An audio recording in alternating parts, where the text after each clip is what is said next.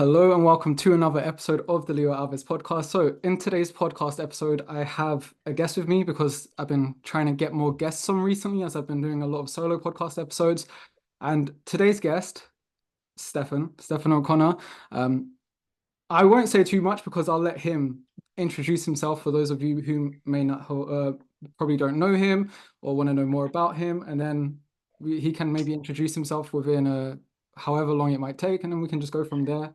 And he's definitely someone I'm excited to have on. So Stefan, over to you. What do you do? What have you done? And we can go from there. I'm Stefan O'Connor, former professional football player. Played for Arsenal for 7 years, played for Newcastle for 3 years. Then I've retired now due to injury. So now I've jumped into the world of coaching and it's been a good long journey, very long journey. So yeah, just to get stuck straight in then, one thing I've always been curious about is when would you say, so obviously you used to play football professionally for Arsenal, Newcastle, and a couple of other clubs. Yeah. When did you know that you were like, okay, this football thing I'm going to start taking it seriously. Like, I think I can do something here. Do you know what? Honestly, growing up as a kid, I wasn't interested.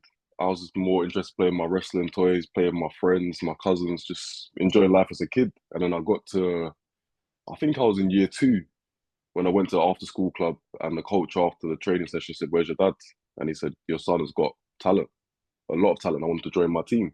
So from that, it kind of resonated with me that I might be all right at this. I might be just all right at this. And then from that, I just continued playing and kept developing, and ended up where I ended up. So, okay. So, because the reason why I asked that is because often, I guess, or according to what I've heard, sometimes there's like a specific moment that happens where you're just like, Yeah. okay, yeah, I'm gonna keep pursuing this. So is that why, I guess, you went and started to look into or your parents perhaps looked into the Arsenal Academy? Like what happened there? No, no. At the start of it, I wasn't.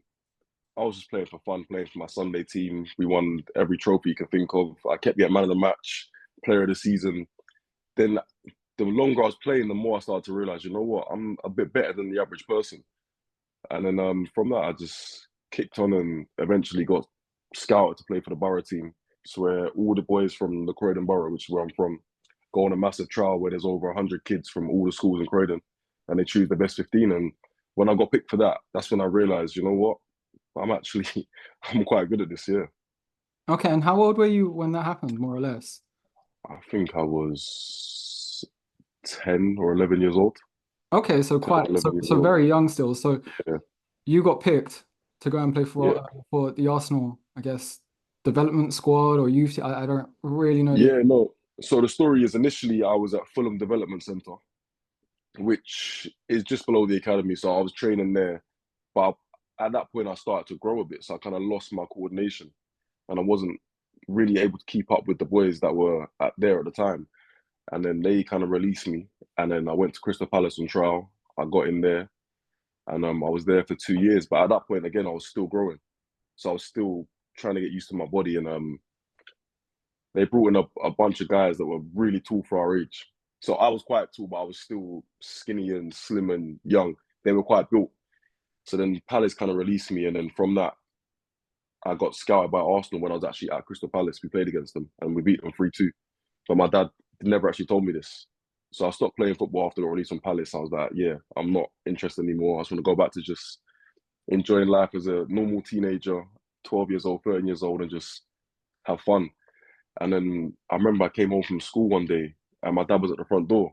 And he first thing he asked me, not even, hello, how are you? How was school? Are you fit? And I was like, yeah, just a generic answer. Yeah, I'm fit. He was like, okay, we're training tomorrow. And I said, okay. We got in the car, drove to Peckham Library to pick up a random guy that I've never seen before. And he just asked me, are you good at football? That's it. I just said, yeah, I think. He said, no. Are you good? Yes or no? So I was like, yeah, I think I'm quite good. Driving now for another hour. But as a young player playing academy football, you always know where the biggest clubs' training grounds are or wherever they play their matches. So we got to the A406 and I remember looking and I was like, this looks like Arsenal. So in my head, I'm thinking, okay, we must have gone the wrong way. There's no way I'm going to Arsenal. I just got released by Crystal Palace kind of thing. And then literally we drove into the gates and my dad just turned around and said, son, just relax. Just relax and play football. And honestly, it was the best football session I've ever had in my life. And from that day on, it just went from strength to strength, honestly. And this was all Honestly. happening when you were about the age of 12? Yeah, 12, turning 13, yeah. And then that, I guess, became pretty much like the core of your life for Yeah. many years. So I'm assuming you were still at school at the time, and Yeah, I was, yeah. you probably, and this is just me making a strong assumption, you probably Yeah. didn't really care about did you still care, or were you like, nah, like this is, You know I what? don't care right Honestly, now. I personally did not care, but my dad did. So every day after, when I wasn't at football, I had to come home and study on the table, key stage 2 bite size or key stage 3 bite size and all those things. So yeah, I was still quote unquote focusing on school at the same time. But it was difficult to balance both because of the amount of traveling we was doing. So as soon as I finished school, I'd have to run home, eat my dinner in the car on the way to North London to beat the traffic. So we was doing that 3 or 4 times a week. So I slept in the car, done my homework in the car, ate dinner in the car. Everything was in the car traveling to North London. So it was a lot of dedication. A lot. And then I'm assuming, or you obviously you can tell me how it was like. So once you finished school, and I mean like actually completed year 11, I'm assuming that's when you had the opportunity to make football like just everything you do. Yeah, so as you get a bit older, you start doing day releases where I used to leave school once a week, every Wednesday to go to football for the whole day. So that kind of gave me more of an understanding of what it's like to be a professional footballer. I'm around my teammates all day. We studied there. We played football twice a day. It was just fun. I realized, you know what, I could see myself doing this for the foreseeable future. And then when you get to 16, when you get offered a scholarship, but that year I had a lot of injuries.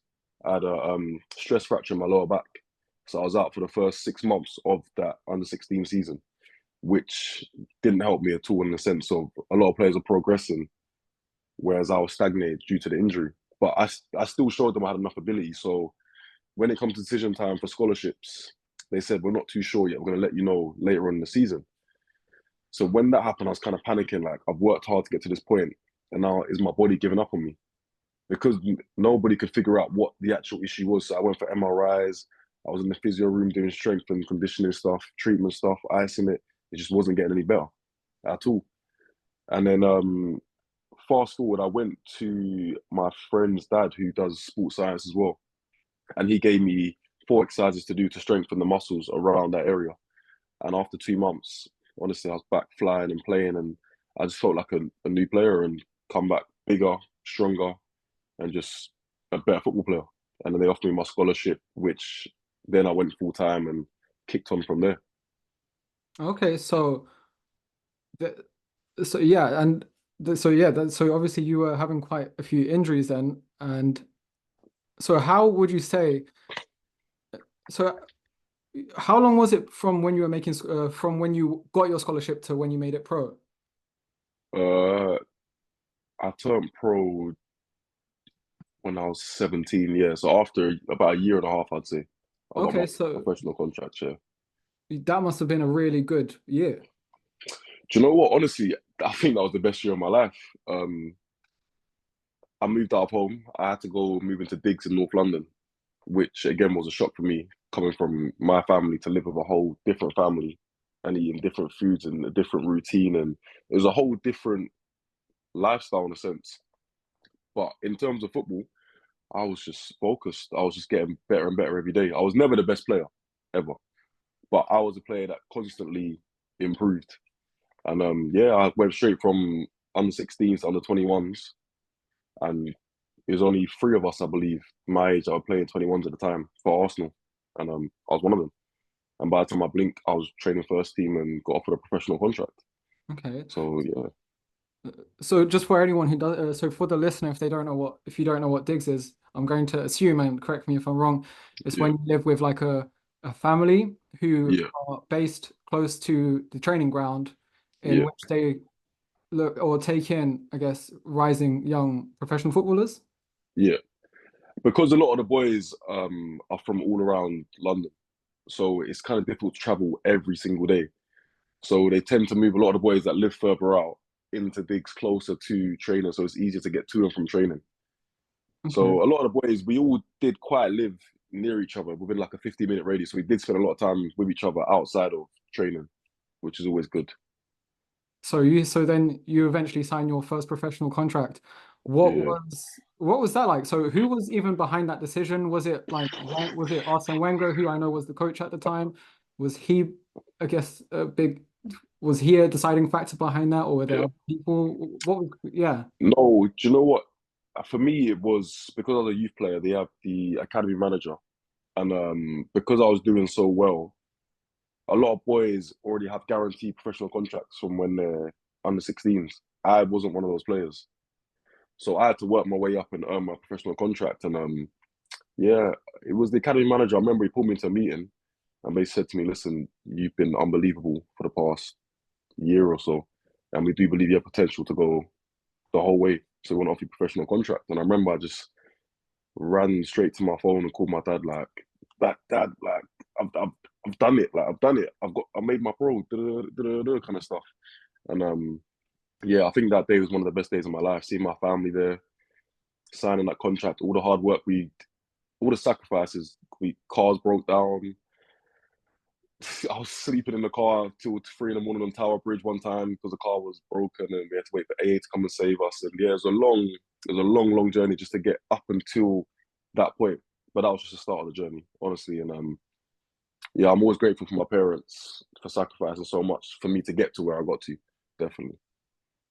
And I can imagine yeah, that must have been an incredible feeling. So once you signed your professional contract with Yeah. Arsenal, what did you go instantly to train with the first team? How was that like? No, that training with the first team is two different regimes. So training with the first team more or less is due to injury or you're just unbelievable or they need a few numbers.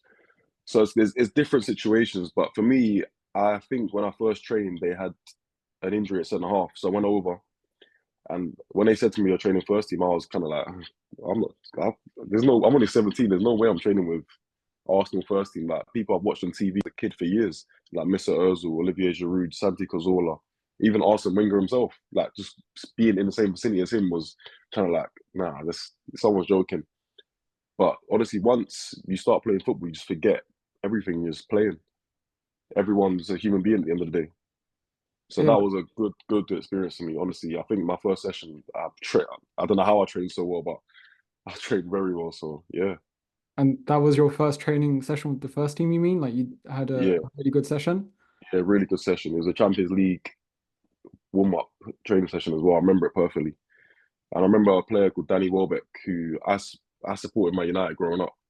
So seeing him and I'm playing against him and he's next to me was even like, oh, I've watched you on TV since I was like 12, like playing for Man United. So it was a big shock for me, but I enjoyed it thoroughly. So it was a Champions League warm-up in a game against who?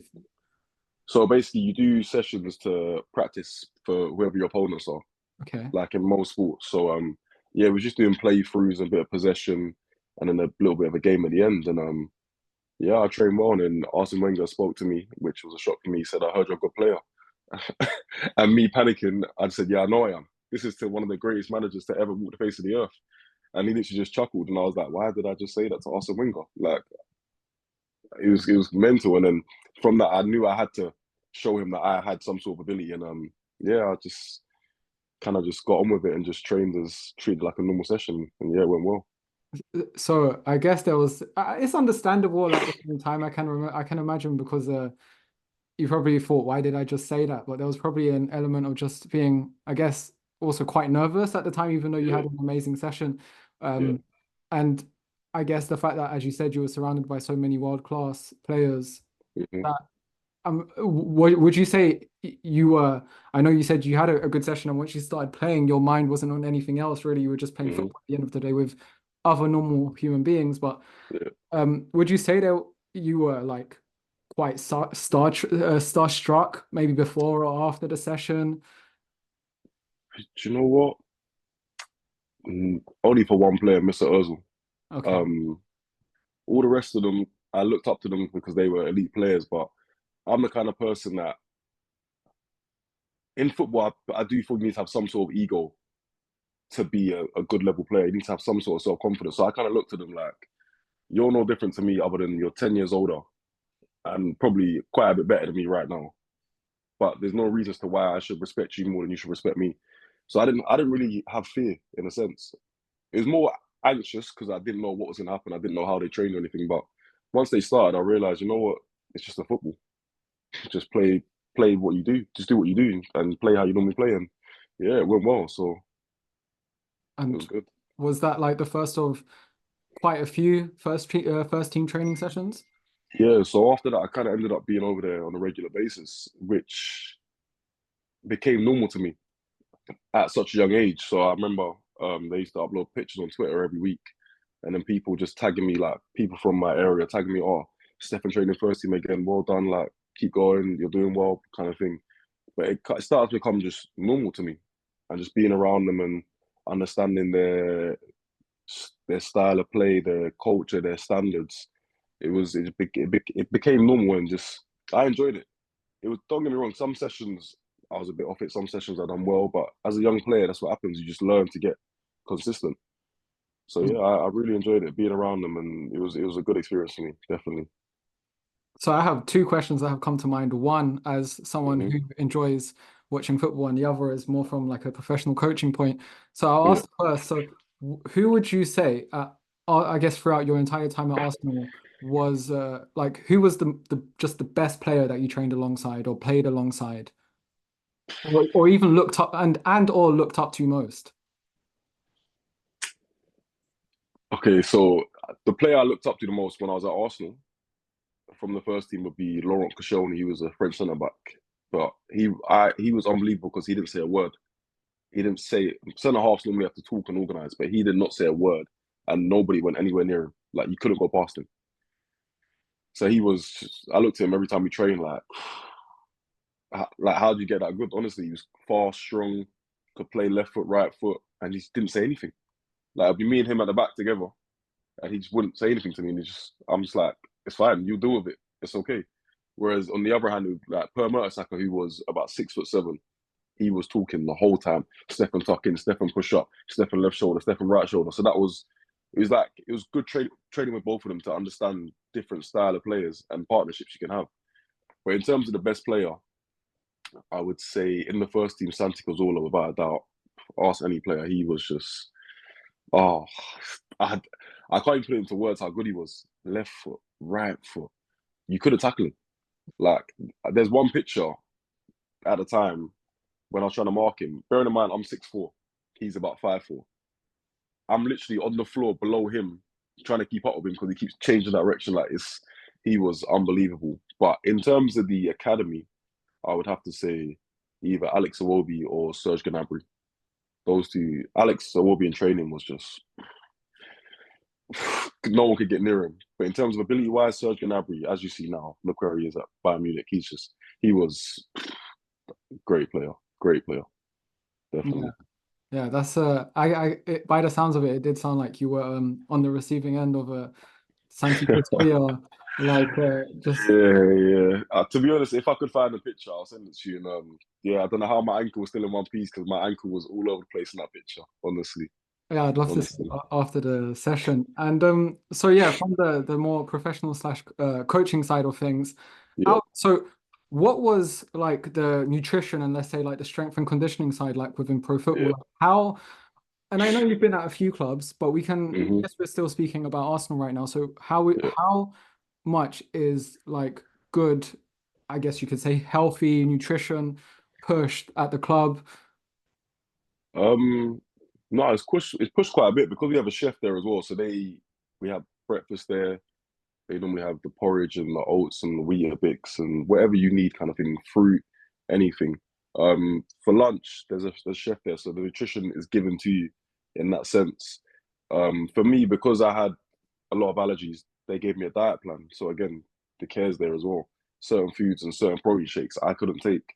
So I done a allergy test so they could find out what I could take, found solutions for it, and yeah, Arsenal was a top club in terms of before the session, you go up, everyone had their select programs they need to do for their body, whether it's you had tendonitis or you had tight calves or anything you had to do to just stretch out. And yeah, it was top level. If I'm looking back now, in all honesty, compared to any other club I've been at, it's not, you can't compare, honestly.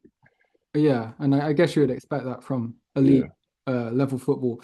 So obviously, as you said, the nutrition was really like good nutrition was really pushed there. And Hmm.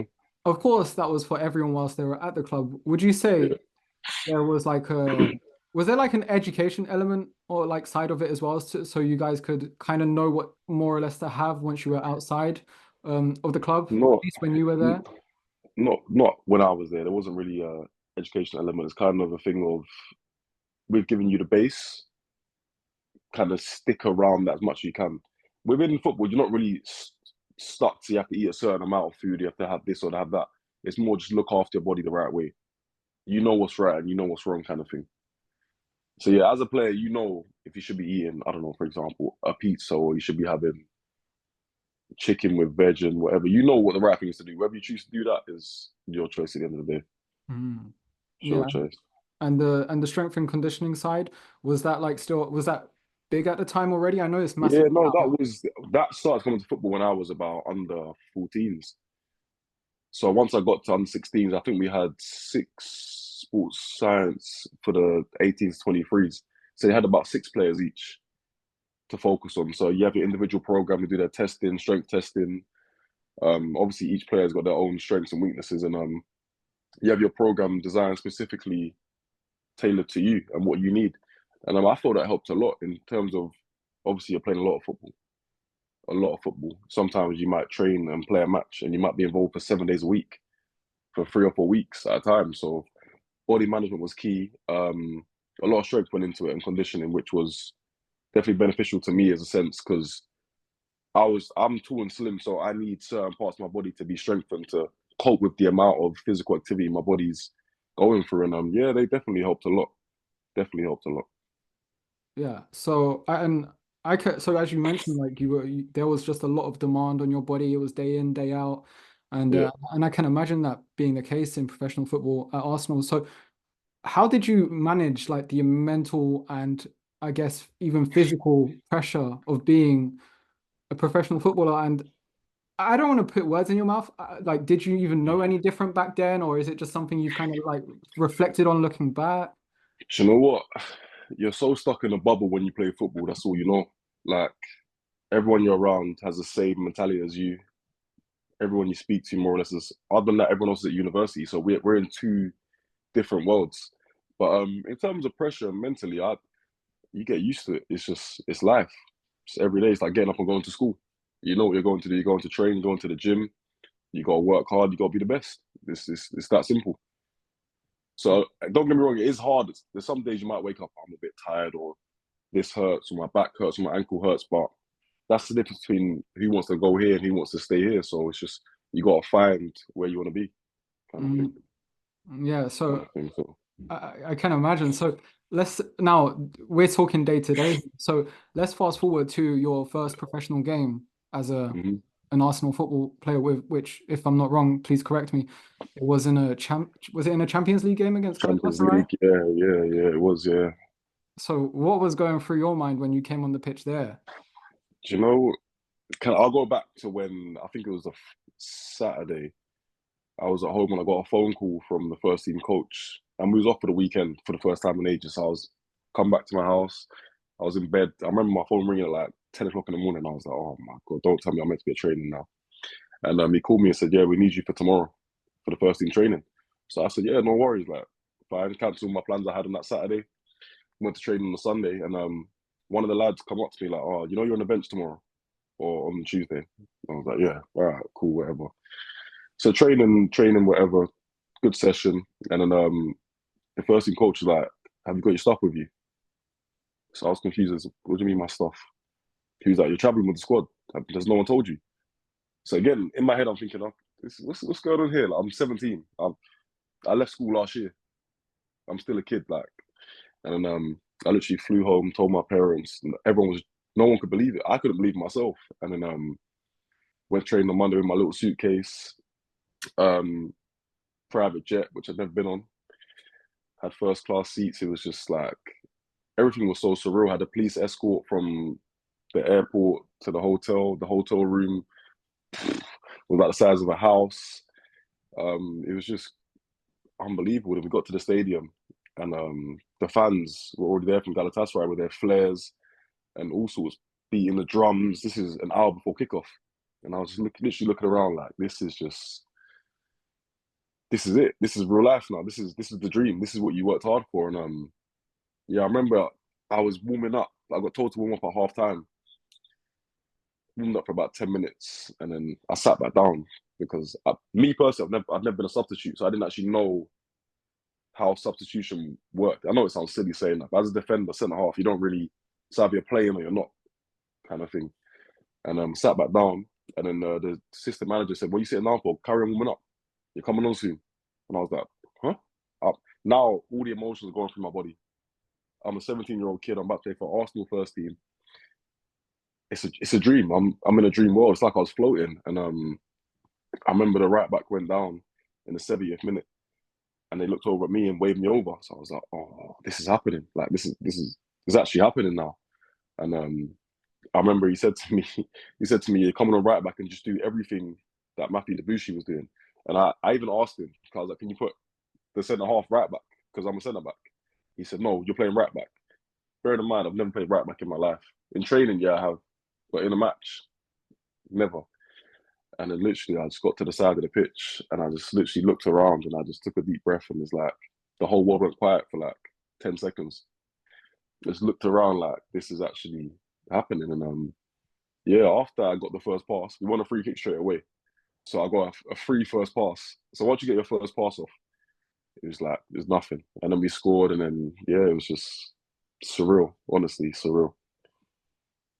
Yeah, that sounds amazing. So a lot of people, so let's say when athletes at a high level are playing their sport, we will say, Yeah. they say a lot of them talk about going into a flow state where it's just like they're not even thinking about what's going on in the world anymore. Everything Yeah. just comes Yeah. naturally. Would you say that was happening to you when you were on the pitch at that moment, or was there like the whole Do time you you're just know like, what the okay, craziest? Do you know what the craziest thing is? When you watch football from the stands or from TV, you're like, oh, it's so loud in there. Like, how do the players hear each other? Honestly, you do not hear the crowd. You do hear the crowd, obviously you do, but once you're so focused, it's like all the noise outside of the pitch, outside the white lines. It's just you can't hear it really. It's crazy in there. It's just yeah, especially in a stadium like in Galatasaray. It's just the fans there. They're known for being loud and out there, and yeah, it was just the whole experience was just mental. so Honestly, so the game comes to an end, and yeah. uh, and then what's going through your mind? Let's say the following days after that, the week after that. First of all, I ran straight to my phone. Literally, as soon as I got signal, my phone was just going bing, bing, bing, bing, like non-stop. Like I'm just seeing +44, +44. I don't know who half these people are, and I didn't know what to do with myself. You know, honestly, I come back. No, the funny fact is, we had a match 3 days later for the under 23s, so it's straight back to reality in a sense. And then I was just on the clouds, and I remember I scored that game in that same week. So I made my debut and scored my first goal for the under 23s, and yeah, after that, it's just the level of confidence I had was just second to none. I felt like I was top of the world on the pitch, off the pitch. I just felt like, yeah, life is good right now, and this is just a start. So yeah, I was happy. It was a surreal week for me, especially being 17 years of age. It was a lot. It was a lot. Was this around the same time that you got called up for the England under 17 squad? Um, At least according to yeah, Wikipedia. I think it was. Yeah, I was always around it when they had the trials initially. I was injured, so I'd always hear rumors of my name. Like, yeah, we're looking at Stefan. He's looking good, but I never actually got the call up. And then when I eventually did, it was just like I knew I was ready. I just felt ready at the time. So yeah. How was your experience in the England squad? If you're Do you know what? Honestly, it was weird because I've played against all these guys growing up since I was 12. So to see them now, they're my teammates. And it's just like, this is top level now. So this is the best of the best. And It's just nice. I fitted in well. Like we played against Belgium. First 15 minutes, I'll be honest, I was a bit shaky because it was a different style of football. It was a lot slower and a lot more tactical, which I wasn't used to. But after that, we played 2 games and yeah, I played well, played really well. So yeah, I was happy.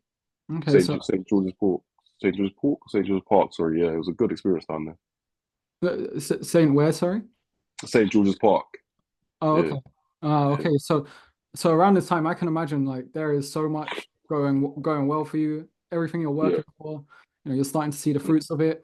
Um, so if I'm not, I don't exactly know what happened or if anything even happened, but I yeah, haven't. I looked into it, and then you went on loan to York, yeah, League Two, right? yeah, yeah. I did. Yeah. So basically, for the rest of that season, I was training and playing literally 7 days a week. So when the 18s had a big game, I'll play for them. If it's like a Chelsea or a Man City, for the 23s, I played every week for them. First team, I literally trained every day for them. So even if I had a match against, I don't know, Middlesbrough away, for example, get back at 4 in the morning, I'd have to train first team the following morning for numbers. So at the time, I had unlimited energy. I was just everywhere, 7 days a week, and I felt good. And then we played an end of season tournament in Holland where we got to I think, no, we won that. We won that. And in the final game against Ajax, they had a shot in the last minute, and I went to block it, but I landed awkwardly on my knee at the time, and I was kind of like, "Oh, I felt something," but I was like, "Yeah, I'm fine. There's no way I've gone through this whole season, achieved all of this, and then I'm getting injured." So I was like, "No, I'm fine." And then the following day, woke up to go downstairs and get breakfast, and my knee was like a balloon, and I was like, "No, no, no, no, no, this can't be the case." When I got carried downstairs by my teammate, like helped me hobble downstairs, and yeah, had a scan as soon as we got back to England. They said, yeah, you got severe bone bruising, so you're going to be out for the whole pre-season kind of thing. And I was kind of like, no chance, this can't be happening, because I was hearing rumors I might be going on tour with the first team. Nothing confirmed, but I was hearing rumors. So I was like, this can't be happening. This was my chance to actually be there, play a couple of games, get comfortable, and establish myself. So I had 2 weeks off in the summer. That summer, where I went to Orlando with my family, and I just couldn't walk. Went to Disneyland, couldn't walk, and come back. Was doing physio treatment to get fit. Spoke to Arsene Wenger. He said, "I want you to come on tour with us, but it's not looking like it now because of your injury." And I said, "No, I'm going to get fit." I was like, "I'm going to get fit." He's like, "Listen, take your time, make sure your body's right, and if you can get fit for it, I want you to come." So once I've heard that, I'm like, "Yeah, nah, now I have to get fit." And then preseason came now, and believe me, I was in a lot of pain, but I was just lying to the physio saying, "Yeah, I'm fine, I'm fine. Let me just go and train."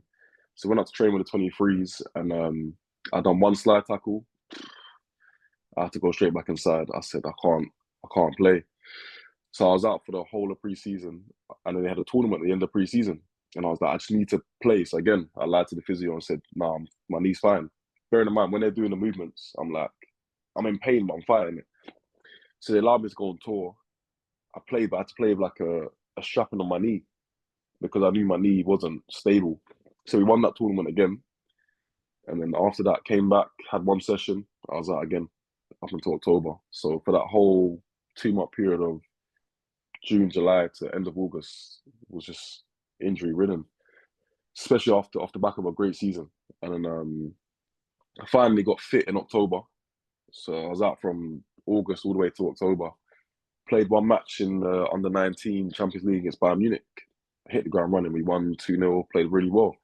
So I was like, yeah, I've still got the ability. And then I had offers to go on loan because I felt like that was the next step for me. And I had an offer from Coventry, who were League One, but it wasn't guaranteed playing time, which I didn't want to go there and sit on the bench, especially as an 18-year-old centre half. It's not easy. Or you go to York in League Two and play every week. So I chose York, but I didn't realise the situation I got myself into at the time. They were fighting relegation in League Two, hadn't won a game in about 10 games. And yeah, I went there and well, that was a whole wake up call for me in a sense. Definitely. That was, yeah, it was a different experience in the least. Let's just say that. A different experience Yeah. In in like, terms of coming from Arsenal where you're playing football and winning a lot, to go into a team that's struggling, there wasn't really any team cohesion. I think they signed about 6 or 7 new players on the day that I signed. And we literally trained on a Friday for the first time. We all signed on the same day, the last day of the deadline day. Trained on a Friday, and we all started on the Saturday. I didn't know 80% of the players' names, honestly. And then by the time I blinked, we was 3-0 down. 3-0 down. And yeah, it was even the style of football was just physical, which for me was never an issue because I'm a big guy. But I remember straight from kickoff, they went back to the goalkeeper, which I've never seen. Normally, I'm used to just playing football. They launched it in the air, so I've jumped ahead it, won the header, and then I've just landed bang on my back. And then the strikers ran past me and said, yeah, welcome to League Two. And I was kind of like, what's going on here? So their whole thing was, down there, it's people playing for their mortgage, their kids. It's not about playing that football, it's about winning games and getting your bonuses, which for me, I didn't know anything. I was coming from Arsenal, which was luxury in a sense, to you have to wash your own kit, wash your own boots. There's no food. You have to make your own food. You're training on just muds. I'm used to training on carpet at Arsenal. The whole thing was just a lot to adjust to in such a short amount of time. Looking back, do you feel like that was a good experience for a young player trying to come through, or? I feel like as a whole, it is for me at that particular time. No, coming off the back of such a serious injury in a sense, I wasn't ready for that level of football, especially after playing one game all season. And then I moved to right back when I was there. And right back, I played really well when I was there. But I did have I still had another niggling injury in my groin, but I just didn't tell anyone because I've just come back from an injury. There's no way I'm being injured again. So I carried on just playing through the injury, but I couldn't actually sprint. So I was playing at 60%. And then I remember, I think I missed one game through injury because of my groin. And I was back. So we won a game when I was there. It's their first win. So the next game now, I remember it was against Yeovil away. And I remember before the game, I was literally crying in the shower at home, trying to lift my leg because I couldn't actually lift my left leg. But I was like, I'm going to play. It's fine. Take some paracetamols. I'll be okay. And then I remember we switched the ball, rolled on the line for me, and I've done a 60-yard sprint, and I've opened up, and I felt like a pop. And then I just went down and was on the floor, literally just holding my face like, I'm done. Went in the physio room, they dragged me inside. I had like a bulge, like in my pubic area. So at the time, I didn't know what it was as a kid. You don't really know anything. And the physio at the time at York called off straight away and said he needs to come back ASAP, like right now, and have surgery. Went back to Arsenal and they said, yeah, you got a hernia and it potentially could rupture if we don't have surgery within the next 48 hours. So then again, had surgery and I was out for another 7-8 weeks. So this was my whole season, just from August to October injured. I had 3 weeks of football and then now I've had surgery and I'm out again up until maybe March. So it was a hard time. And I just thought to myself, you know what? It's all for a reason. Just get fit. And then I came back that season, played a game for the 23s at Arsenal against Wolves. We won 4-1. Woke up the next day and went to get in the shower. I couldn't walk. Now my ankle was gone. So it was just out for the rest of the season. So it's just one of those hard times as a footballer. Hard times. I can imagine. So I feel like potentially the listener could be hearing this, and I'm sure I know why, but I think it could be good to speak about. The listener could be hearing this and thinking, why does Stefan just keep saying that he's fine when he's saying he's not, and why does he keep forcing himself to play through injuries? Yeah. Do you know what? There's a lot of different reasons. One, because of you just want to play football at the end of the day. You just want to play. Two, because as a footballer or as an athlete, you always have some sort of niggling injury. I don't know any athlete that wakes up and feels perfectly fine every day. there's always your back might hurt, your ankle might hurt, something's always gonna hurt.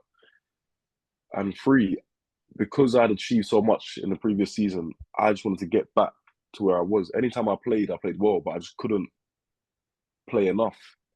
And that's why I kept pushing myself to get back as quickly as possible, because in football, especially at that age there, it's all about momentum. So when you're playing, you can gain momentum. If I'm not playing, my name's not there. I'm just forgotten now. Someone else is going to come in and take my place. And then I have to work harder again to try and get back in and take their place. So there's a lot of multiple reasons for it, but it's, as an athlete, you just wanna play. That's the main thing. No matter what, you just wanna play. Yeah, I feel like there's that, I've always been able to see this from the outside, but I feel like a lot of fans don't. And just judging from our conversation, I can tell there's just this element of constant pressure, whether you realize it Yeah. at the time or not, where it's like, I need to play, or as you said, this next person is going to come in. There's people coming in all the time from all over the world who are also good footballers, and if I just aren't, if I'm not there, then there's no, they might take my place. And Yeah, this is the thing. And This is the thing, because at big clubs, you're competing against the whole world. It's not just England or London. You're competing against Brazil, Spain, Argentina, Switzerland, Germany. They're looking for the best of the best. So the main thing is you want to keep yourself relevant. But yeah, it's hard. It is hard when I look back now. But again, it's your reality at the time. That's all you know. So yeah. So, and I know you mentioned Arsene Wenger earlier, and I feel like he obviously could be. I would love to speak about him some more. Did you speak to him at all during the period in which you were out on loan at York, or when you came back, or then even when you went to the Netherlands, which we can speak about a bit more later? But Do you know what? I didn't actually. He wasn't my point of contact because I was still an academy player at that point. My point of contact would have been the academy manager or the under-23s manager. So at the time, no, I didn't actually speak to him. I saw him and he would say hello, how's the injury going, keep working hard and kind of stuff. But again, from your injured, you're not relevant to anyone, especially the first team. So it's a thing where that's why you have to be fit, so you can be relevant and keep yourself around the situation. But unfortunately, it happens to the best of us. So yeah. yeah, so eventually you end up going on loan to the Netherlands, which was Maastricht in the second division, right? Second, yeah, Jupiler League, yeah. And what was like the reason behind that, the thought process, and how was it like when you got there as well? So initially, the new academy manager was Dutch, and Dutch football is known for playing. They play good football, nice football, like we done at Arsenal kind of thing. So a couple of us, I think about 4 or 5 of us, went on loan or went on half trial, half to have a look at a couple of teams in that league, all different teams. So when I went out there for the 2 weeks, I went there and I was like, I don't know. It didn't really. It was a good opportunity, but at the time, because I was so young, I didn't want to move again. So I've already moved from South London to North London, and I've gone to York, and now I've come back, and now I've got to move to Holland. So I wasn't too sure about it, but when I spoke to the manager, I played well when I was there for the 2 weeks, and he really wanted me. So from that, I come back to Arsenal for about a couple of days and went straight back to Holland. And once I landed, it was when I realised, okay, this is my new home again. This is my third home in 3 years now. So that was hard. I'll be honest. It was very hard, very very hard. Just the move, would you say, being by yourself in a foreign country where you didn't speak the language? Yeah, a lot of things. Being by myself in a foreign country. I had to learn how to cook. I had to learn to wash my clothes. I had to learn to just be comfortable without being around anyone that I know. I can't just be like, I'm gonna come home and see my family. I can't just be like, I'm gonna go and see my friends. I can't. I'm now here, in a whole different environment in terms of dressing room, different culture, different language, different personalities. And now everyone's a lot older because now it's the first team. So now people have kids and all these things. Not everyone's not 18 or 19 years old anymore. Again, having no car. It was a lot to take in. It was a major shift at such a young age, if I'm being honest. On top of that, I wasn't actually playing initially. So the first initial couple of weeks, I was coming on as a substitute. And I was kind of like, why did I sign here to be a substitute? So again, it was even at that, it was hard. It was hard. So my main thing at the time was just keep my head, keep focused. Whenever I get a couple of days off, I'm gonna come back home, see my family, see my friends, and then go back and continue playing.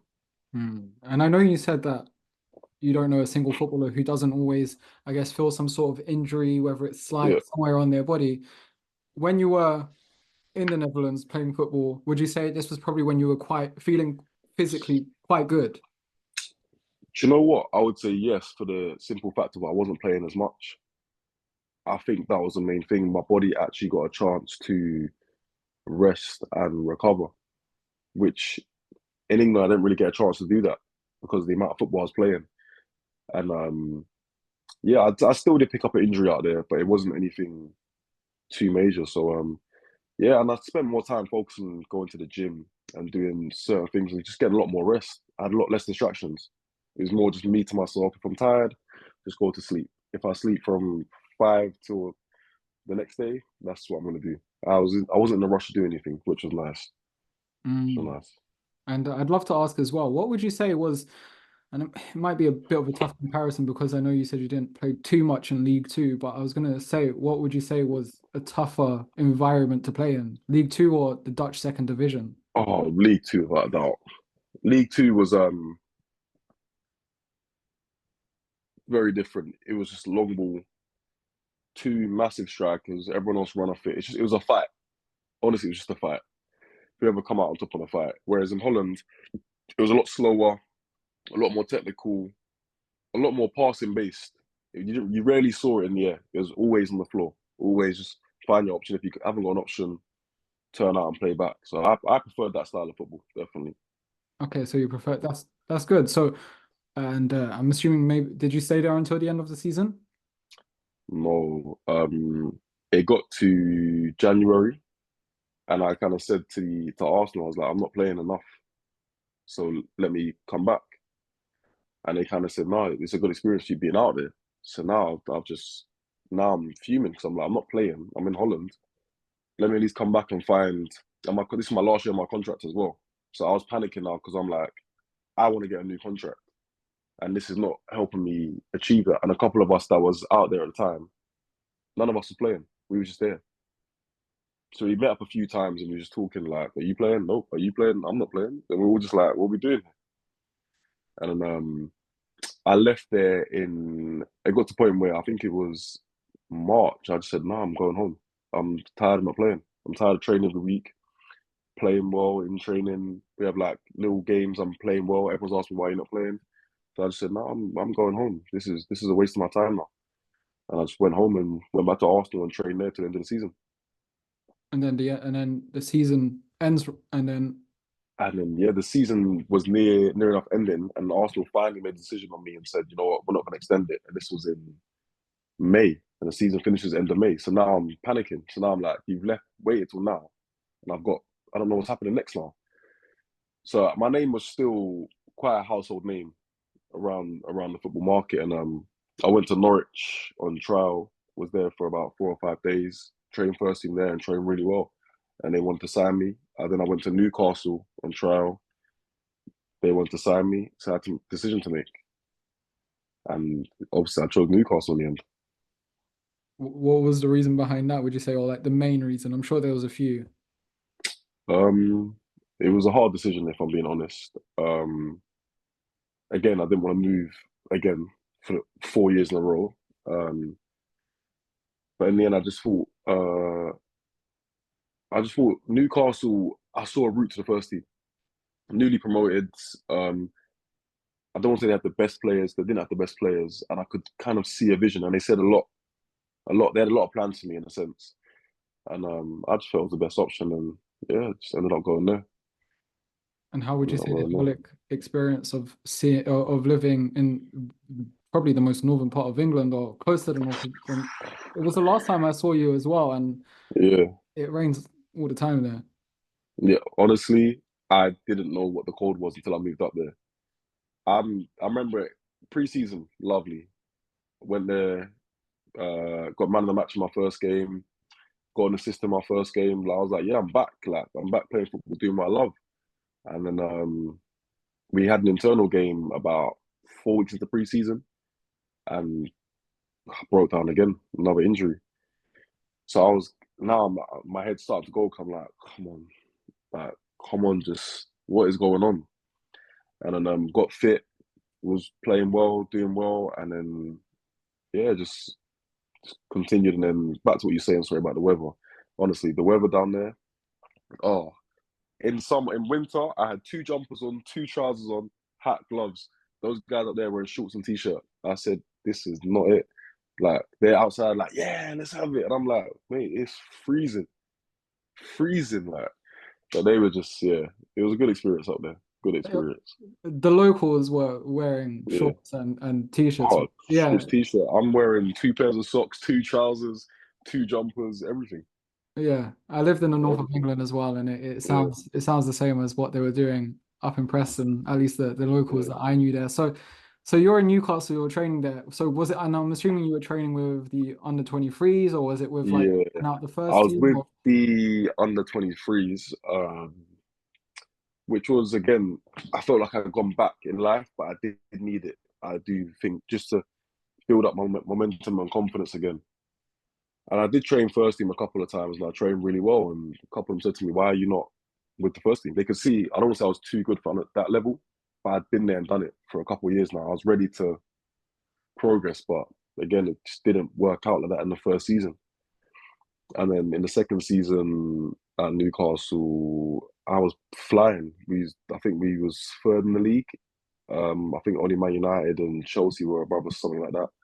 And yeah, I was doing really well, really well. So, and I was enjoying football again for the first time in a long time. In all honesty, in a long time. Yeah, and that was probably quite a relief as well at the time. And just out of curiosity, and because I feel like the listener would be curious to know, who would you say were the guys at Newcastle which you were like looking up to, or maybe I guess maybe feeling starstruck perhaps, or what was going on there? Was there Do you anyone? know what? I think I got to the age at that point. I was 9. I was 20. So it got to the point where I didn't really look at anyone as a star in a sense.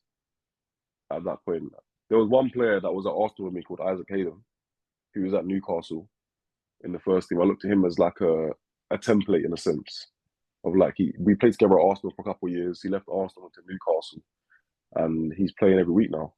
And I looked at him as like, yeah, I want to be like him. But there wasn't a player that I looked at like, oh, that's whoever kind of thing. So there wasn't like a Per Mertesacker or Koscielny where you were training and you were like, okay, I feel like I can learn quite a bit from. In all honesty, no. I believed I was better than what they had, if I'm being honest. I just wasn't given, I just hadn't had the opportunity yet. In terms of ability wise, I could see, I trained with them and I looked at them, I was like, you're no better than me, honestly, other than the fact that you played 200 games. But in terms of footballing ability, you're not better than me, no chance. So I was at the point now where I had that ego back and I believed, you know what, I'm ready to make that step. And then, so would you say so? Yeah, it's like you said, you just needed that momentum, right? And would you say so? You got injured again, right? And then Yeah. how was that? How long was the recovery? So in the pre-season, I got injured. I was out for about 5 or 6 weeks. So again, it's like I made all this progress, got man of the match, flying, playing well, and then I'm out again. And then again, it was hard, but I was still positive at the time. I was still like, you know what? It was a minuscule injury. I had a groin strain, but because every time I'd done testing, the scores fluctuated. They didn't want to risk and put me back out there straight away. And then yeah, once I got over that, I was again playing, training, and I just felt good. And then the following season, went on tour to Scotland for pre-season. I think we played against, I'm not too sure. I think it's Livingston. And then after the game, the manager said to me like, "Oh, you're a good player. Like, we wouldn't mind having you alone for the season." So again, now I've looked at it like, you know what? Now we're back going on in Scotland, get a year's worth of experience, and then we work from there. We work from there. So it was difficult.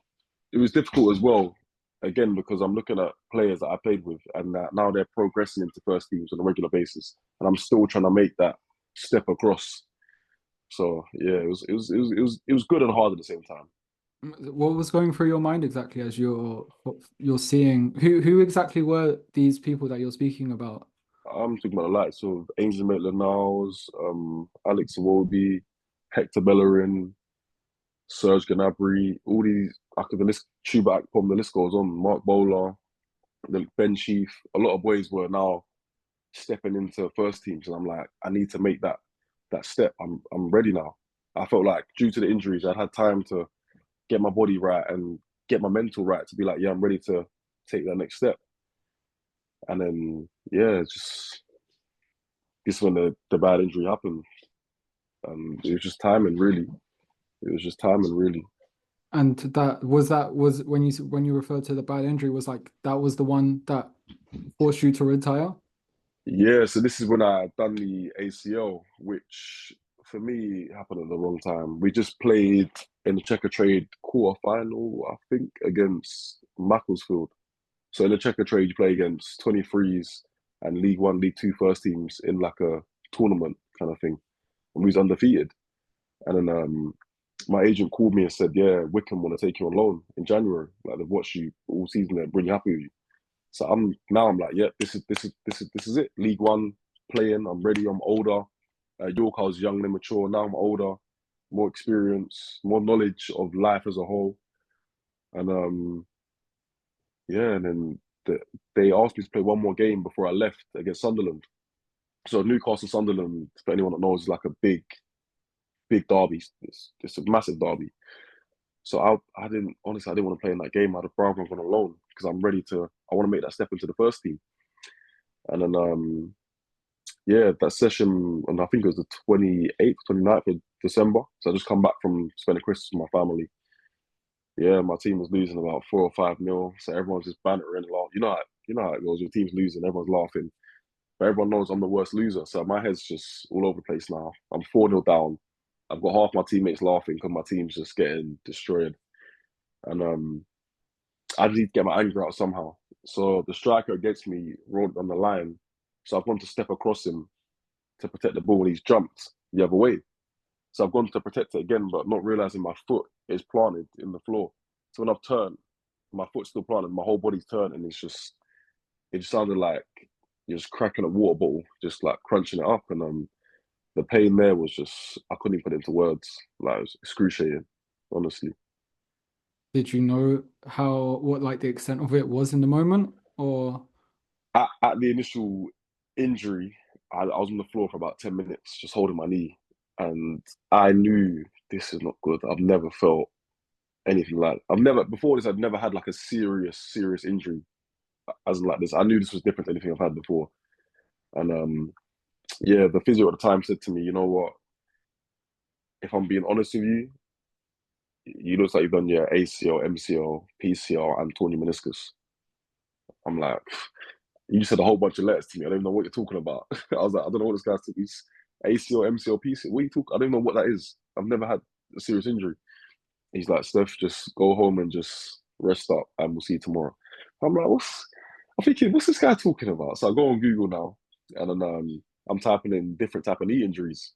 So I'm seeing dislocated knee. I'm seeing 3 to 6 months. I'm like, oh, I'm all right. We're good. I can survive. And then I remember I got home, had a nap, woke up, and then my knee was a bit bigger. So I was like, okay, this is not good. This is about 8 o'clock. So I went to sleep now, had another nap, and then woke up at like 11. But I kept waking up because of the pain. So when I woke up at 11, and I was like, I just need to have a shower. I don't know, I need to do something. I looked down on my knee, and my knee was like a balloon, literally quadruple the size of my other knee. So at this point now, I'm like, oh no, this is not good. And went back to training the next day on my crutches, and it said, Steph, yeah, ACL was definitely gone. Where else is gone? We don't know yet. So obviously now I've gone home and looked on Google, so now I know what the ACL is, and I'm like, that's a key part to my knee. What do you mean that's gone? They're like, well, you looks like you've torn it completely, not slight tear, you've torn it completely, and we don't want to say anything else. We don't actually know the extent of it yet, so we got to let the swelling go down before we get an MRI and actually know what the full extent of the injury is. So I've waited 2 or 3 weeks for the swelling to go down and had my MRI. And yeah, they said meniscus is shattered, honestly. Shattered, and ACL was torn, MCL was partially torn, and PCL was partially torn. So I'm like, okay, the 2 other MCL, PCL, that's not as bad, but the ACL was like what I'm concerned about. And then, so when I saw the specialist, he basically said, yeah, 9 to 12 months for you, minimum, closer to 12 months. So I'm like, that's a whole year out. So I've just made all this progress, meant to go on alone, and now I'm out for a whole year. So now I'm just like, oh, here we go again, kind of thing. So yeah. Did you at this point think, okay, I'm gonna have to stop playing for good, or was it, okay, I'm gonna stop for a year and then I'm gonna get back to it? You know what? Honestly, I looked at it as like, I'll be back stronger. That's how I saw it. I was in it because I'd done so well in the last couple of months. I looked at it like, you know what? Once I'm fit and playing, I know I can play. It's just keeping fit. So let me get over this injury. I'll be back. And then that's what I thought anyway. Let's just say that. That's what I thought. And you were mentioning that Arsenal, as a football club, they looked after you really well with, when you Yeah. were at the club, with your nutrition, with your training, with your strength and conditioning. Mm-hmm. Did you feel the same at Newcastle? Nah, not at all. In comparison, it's not even comparable. We just done group sessions, really, just a group session of prehab. And then yeah, afterwards, yeah, the 2 days to go to the gym. Group session again, nothing was particular, just yeah, you do chest press, single arm rows, this, that, done. So the comparison from the standards of Arsenal to Newcastle, it's not even the same world in a sense. Not in the same world. So yeah, so when would you say it was you realized, okay, I think I'm gonna have to stop playing? And what's going through your mind as well? Do you know what? I never actually initially thought I would stop playing. So after the surgery, you might be able to walk 2 or 3 weeks after, but I couldn't walk. Like the pain was unbearable. I was like, I can't walk. But I've seen a couple of ACL injuries like from a couple of players before me, and I'd always see them walking after a couple of weeks, not walking properly, but they could put a bit of weight on it. And I was like, I can't put any weight on it. And the physio was like, come on, like surely you can. I'm like, I'm telling you, I cannot do that. To the point where I'm literally half fighting the tears, trying to fight the pain, trying to walk, and then yeah, so they then put me on codeine tablets to try and deal with the pain while they try to flex my knee, because obviously you have to get your knee flexible so you can start playing sport again, kind of thing. And yeah, I was just on codeine tablets for about a month, 2 months, trying to deal with the pain and sleep at night of how bad the pain was. And then you So, knew, oh, go on. sorry, go on. Oh, and then you knew that you couldn't just keep doing this. Yeah, I knew something else was wrong, but I didn't know what it was. But again, I had that same mindset of I need to get fit. So I'm just gonna say I'm fine as much as I can, take these tablets, and then hopefully I'll be back in 9 months. So in my head, I was like, I'm a superhuman. I can recover quicker than what they're saying. And it got to about 6 months in, and my knee just kept swelling up. So I'm doing my physio work, and my knee just kept swelling, kept getting it drained, but they couldn't find why it kept getting all this fluid in it. And then it got to, I hadn't been on the pitch, so I had 2 weeks off in summer. So I'm in Newcastle by myself. Everyone else is on holiday, gone back to their family. I'm just there by myself, going to training every day, having to cook on one leg, having to go to the toilet, go to the shops, do all these things on one leg. They gave me a machine which flexed and bent my knee for 6 hours a day. So after training, I'd have to come home, straighten that machine on my chair for 6 hours a day. Bearing in mind, I'm living by myself. So how am I meant to cook, clean, go to the toilet, I can't do anything. So literally that point there is when the mental toll starts kicking. I'm just laying there on a chair, watching TV. I'm at the point where I'm just literally looking through the TV, just like, what am I doing here? So that's when it started to kick in mentally, definitely. So mentally, I was going to ask, how were you doing mentally at the time? at the time, at that point there, it did start to go left to the point where I was like, I didn't know what I was doing. It's like I was in a routine of going to train every day, seeing everyone else go outside, enjoying playing football. I'm just stuck in the physio room, just doing exercises. I want to be playing football. I don't want to sit here on a chair. So it was hard. I'll be honest. It was definitely hard. Definitely hard to deal with. And correct me if I'm wrong. I can imagine there was like an element of I don't even want to think about stopping to play football because football is like everything I know. Yeah. Yeah, No, at that point, I still had some sort of faith that I was going to play again. I still thought, you know what, one day my knee's going to be all right. Whether it's today or in 6 or 7 or 8 months' time, I just knew I'll be back one day, kind of thing. okay, so and then eventually you knew it was time to retire.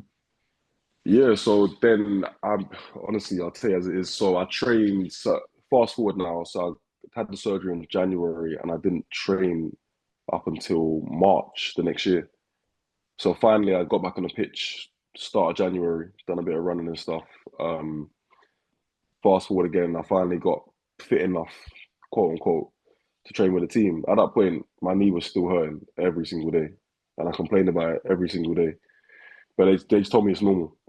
It's gonna hurt. It's more of a mental thing. But I'm like, I know what pain is. I know my knee does not feel right. Something's still wrong with my knee. And yeah, so I trained for literally 15 minutes with the team. Honestly, 15 minutes. And then after the session, the coach come up to me and said, yeah, yeah, this is your last day here. Your time's done. So I was like, what? I was like, what? I haven't even trained for a week. I've trained 15 minutes. He's like, yeah, you're fit now. Your time's done. So that was my last day at Newcastle, Uh, just like that. Wow, what that did you not have a contract still, or was your contract Yeah, expiring? so basically my contract was expiring before I got injured. So we was in talks of agreeing a new long-term deal.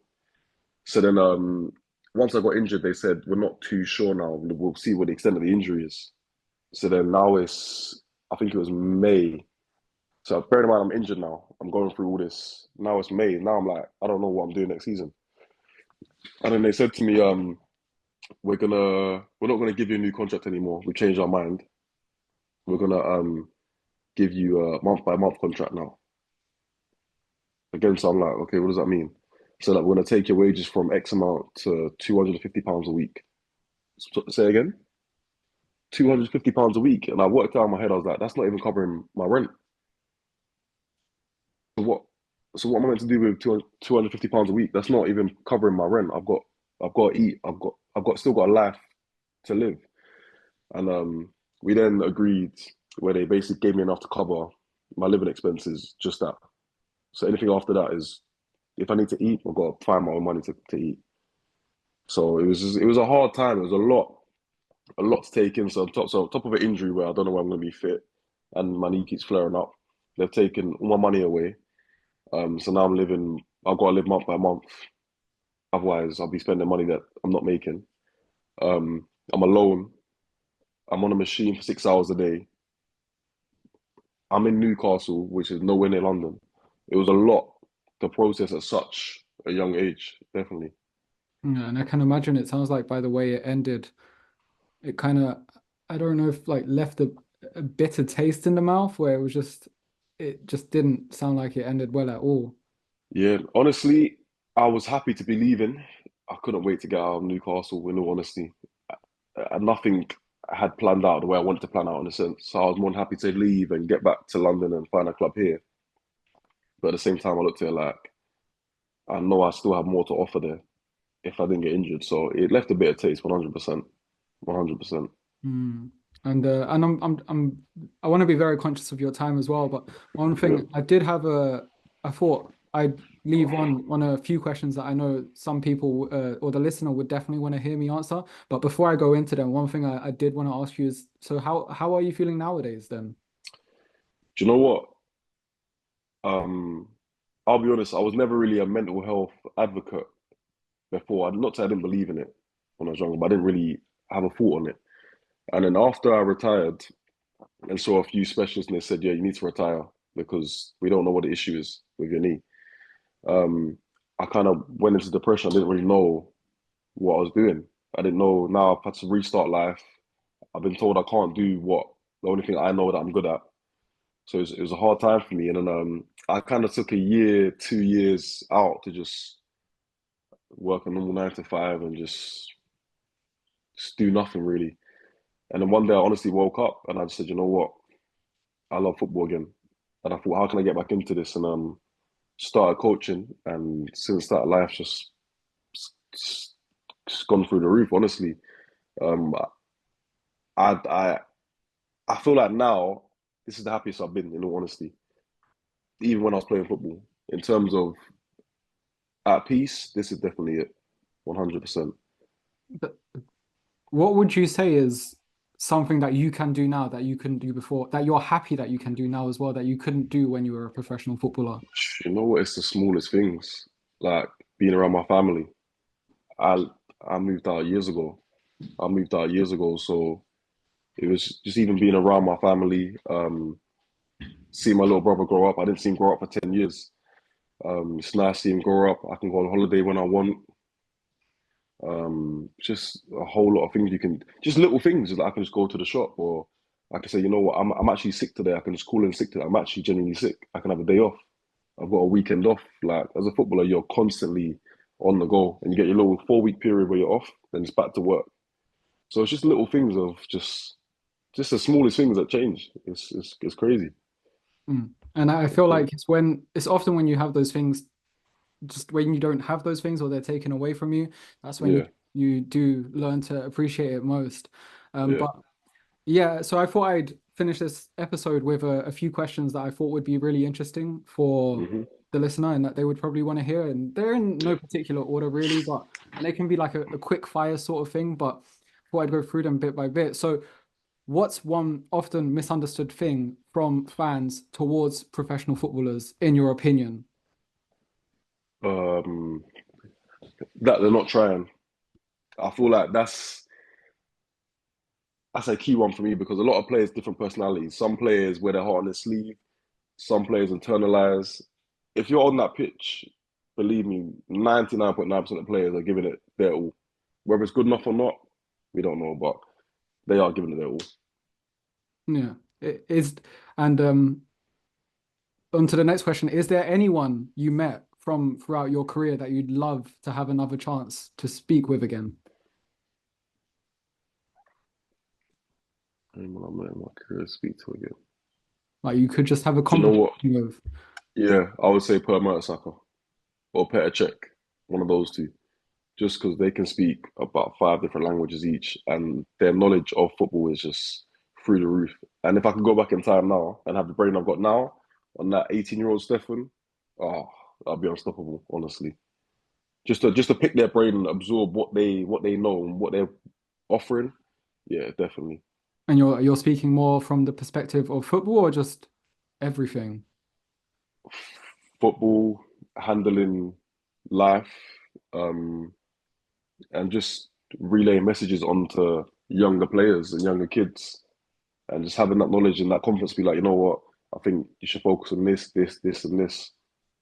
Definitely. Yeah, I can tell. I can tell by the way how by how quickly you mentioned Per Mertesacker, how Yeah, much of a and with what you were saying earlier on from the conversation that he yeah. definitely played a big role from your career, but in your career by the sounds of it.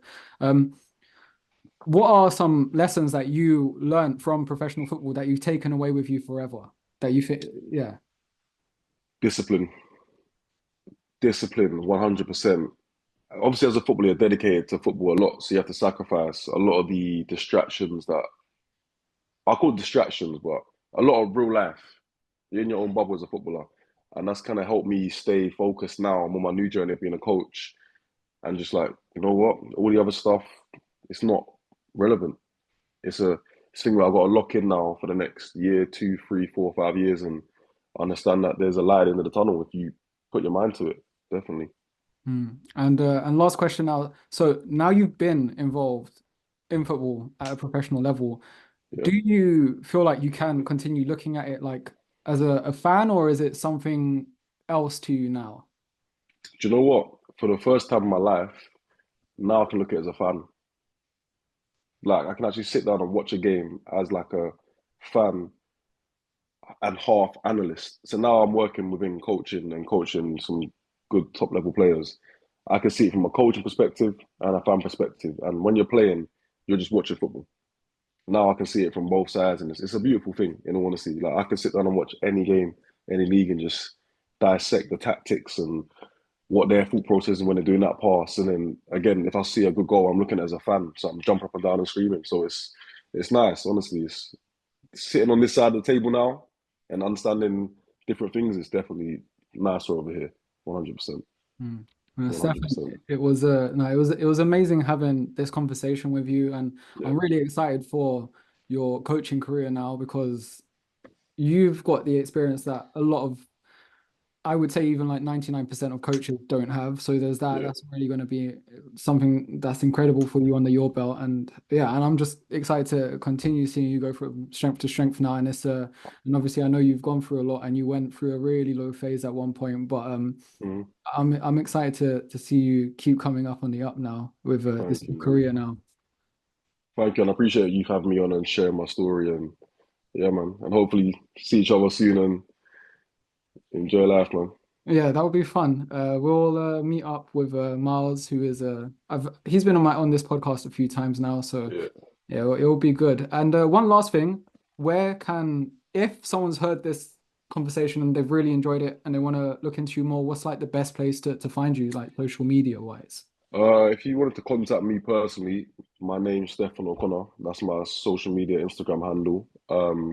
Again, I've got another page where I upload my coaching videos, which you can find on my Instagram. And yeah, if you ever need to talk about anything, anyone out there listening, if you're going for anything, whether it's football related, sports related, or life related, I'm more than happy to help Yeah. where I can. So yeah. Yeah, and make sure, and if you are listening, do reach out to Stefan. I'm sure he will help. Whether it's the personal page you want to find him on because you just like to enjoy listening to him as a person, or whether you want to inquire about his coaching, yeah, do reach out. And I'll leave the links to his page within the show notes of this podcast episode, so you can find it Yeah. there. But otherwise, thank you again, Stefan, for coming on. No worries. Thank you for having me, man. Thank you.